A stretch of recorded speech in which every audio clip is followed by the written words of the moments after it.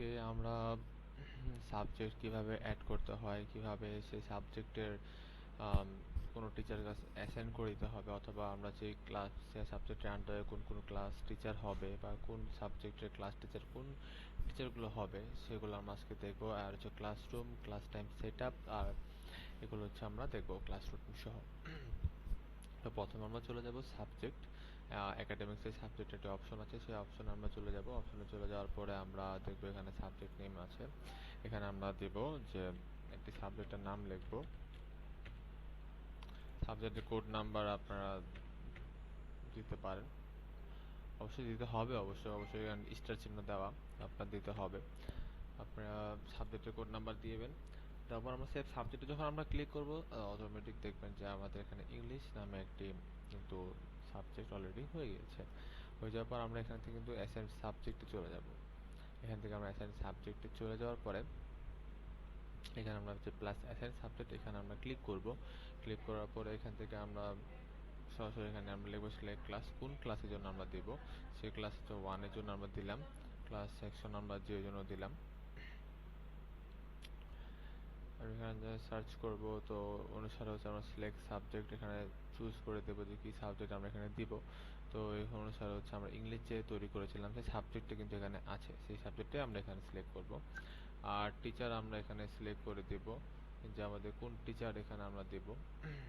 যেমন আমরা ইকরাম আহমেদ এই টিচারটাকে আমরা কিন্তু অ্যাড করতে পারি চাইলে।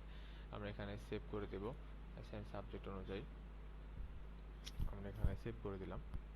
সেভ করে দেওয়ার পর আমরা কিন্তু একাডেমিক্সে যাওয়ার পর দেখবেন যে অ্যাসাইন ক্লাস টিচার নামে একটি, আমরা কিন্তু চাইলে এভাবে আরও কতগুলো আমরা এখানে অ্যাড করতে পারি।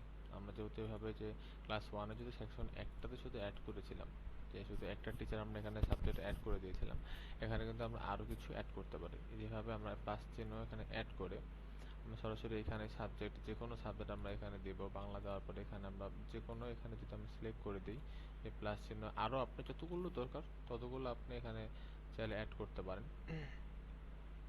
যে এইভাবে আপনি যদি দেন তাহলে কিন্তু আপনি টিচারগুলো কিন্তু অ্যাড করতে পারবেন, অথবা সাবজেক্টগুলো আপনি বলে দিতে পারবেন যে কোন সাবজেক্টে কোন টিচারগুলো ক্লাস নেবে। তো সেই অনুসারে আমরা তারপর এই কাজ হওয়ার পর আমরা অ্যাসাইন ক্লাস টিচারে দেব, যে আমরা কোন সাবজেক্টের ক্লাস টিচার কে হবে সেটা আমরা এখন অ্যাসাইন করে দিব। এই অনুসারে আমরা সিলেক্ট ক্লাস অ্যাড করব, ক্লাস 1 হবে, সেকশন আমরা এখানে অ্যাড করে দেবো যে হবে। দেন আমরা এখান থেকে আমরা যে এই যে টিচারটা সেটা আমরা অলরেডি সিলেক্ট করে just save class teacher click করব, দেখবো অটোমেটিক এখান থেকে আমাদের কাজটি হয়ে গিয়েছে। দেখেন এখানে ক্লাস 1 জি ইকরাম আহমেদ সিলেক্ট আমরা কিন্তু অলরেডি হয়ে গিয়েছে।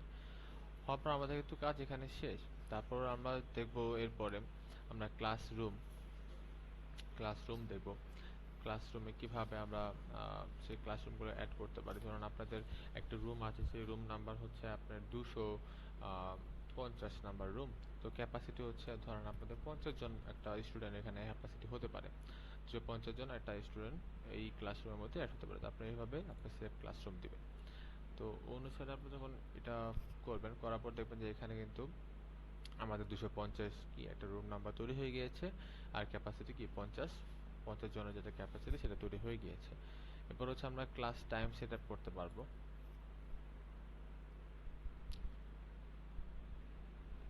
ক্লাস টাইম সেট আপটা একটু দেখেন, এটা হচ্ছে আমরা কিন্তু ক্লাস পিরিয়ড, আমরা কিন্তু ক্লাস পিরিয়ডটা বলতে বলছি যে ডে অথবা মর্নিং শিফট বলি অথবা ডে শিফট বলি, যেটাই বলি না কেন আমরা, ফার্স্ট ক্লাস সেকেন্ড ক্লাস আমরা একটা পিরিয়ড যেটা চিন্তা করি।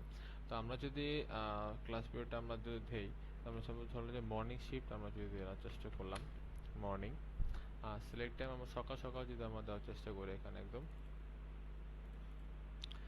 আমরা যদি 7টার দিকে আমরা এখানে দেওয়ার চেষ্টা করি 7টা AM, আর এখানে আমরা সকাল দুপুরের হওয়ার আগে শেষ হয়ে যাবে।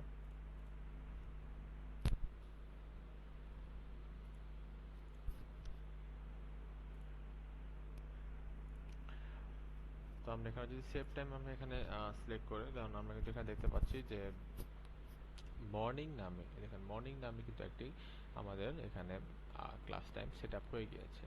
মর্নিং নামের ক্লাস টাইম সেট আপ হয়ে গেছে। যদি আপনারা এডিট করতেও চান আপনি কিন্তু এই সিলেক্টে ক্লিক করে এডিট করতেও পারবেন, ডিলিটও করতে পারবেন। তো তারপর আমরা এখান থেকে ক্লাস রুটিনে চলে যাব সরাসরি। ক্লাস রুটিনের ক্ষেত্রে প্রথমে সিলেক্ট ক্লাসে যাব। ক্লাসে যাওয়ার পর আমরা যে ক্লাসের জন্য ক্লাস রুটিন সিলেক্ট করব সেই আমরা ক্লাসটা অ্যাড করে নিব, সেকশনে অ্যাড করে নিব, কোন সেকশনের জন্য আমরা ক্লাস রুটিনটা দিব সেটার জন্য কিন্তু আমরা অ্যাড করে নেব। তারপর হচ্ছে এখানে দেখতে পাচ্ছেন যে এখানে কিন্তু অলরেডি আমাদের যেগুলো ক্লাস টাইম সেটআপে দেওয়া ছিল সব কিন্তু আমাদের এখানে আছে। তো আমরা ওই অনুসারে শনিবার নাকি রবিবার আপনি কোন কোন দিন ক্লাস নেবেন সেই অনুযায়ী আপনি ক্লাস নিতে পারবেন। আপনি যদি শনিবার দিন ক্লাসে এখানে ক্লিক করেন, এখানে দেখতে পাচ্ছেন যে সিলেক্ট সাবজেক্ট নামে একটি অপশন আছে, সেখানে কিন্তু আমরা ইংলিশে শুধু যদি আমরা ক্লিক করি আর সিলেক্ট টিচারে যদি আমরা এখানে ইকরাম আহমেদ, কারণ আমাদের কিন্তু ইংলিশের টিচারটা কিন্তু ছিল ইকরাম আহমেদ, সেই অনুসারে এখানে অটোমেটিক্যালি আসবে ইকরাম আহমেদই কথা। তো রুম কিন্তু আমরা এখানে অনেকটা রুম আছে, যে রুম আপনি চয়েস করতে চান আপনি চয়েস করতে পারবেন। আর এখানে আপনি দিয়ে দিবেন যে সে কোন কোন দিন আপনি ক্লাস নিতে পারবে, কোন কোন ক্লাস নেবে, সেই অনুসারে যদি আপনি ইনফরমেশন যদি সেভ করেন তাহলে কিন্তু একটা ক্লাস রুটিন তৈরি হয়ে যাচ্ছে। এরকম এমনভাবে কিন্তু আপনি প্রতিটা ক্লাস কিন্তু আপনি নিতে পারবেন। হ্যাঁ, প্রতিটা ক্লাস কিন্তু আপনি দিতে পারবেন যে আপনি কোন কোন দিন আপনি ক্লাস নেবে, কোন কোন দিন আপনি যে ক্লাস নিচ্ছে, এভাবে কিন্তু আপনি ক্লাস রুটিন সেভ করতে পারবেন।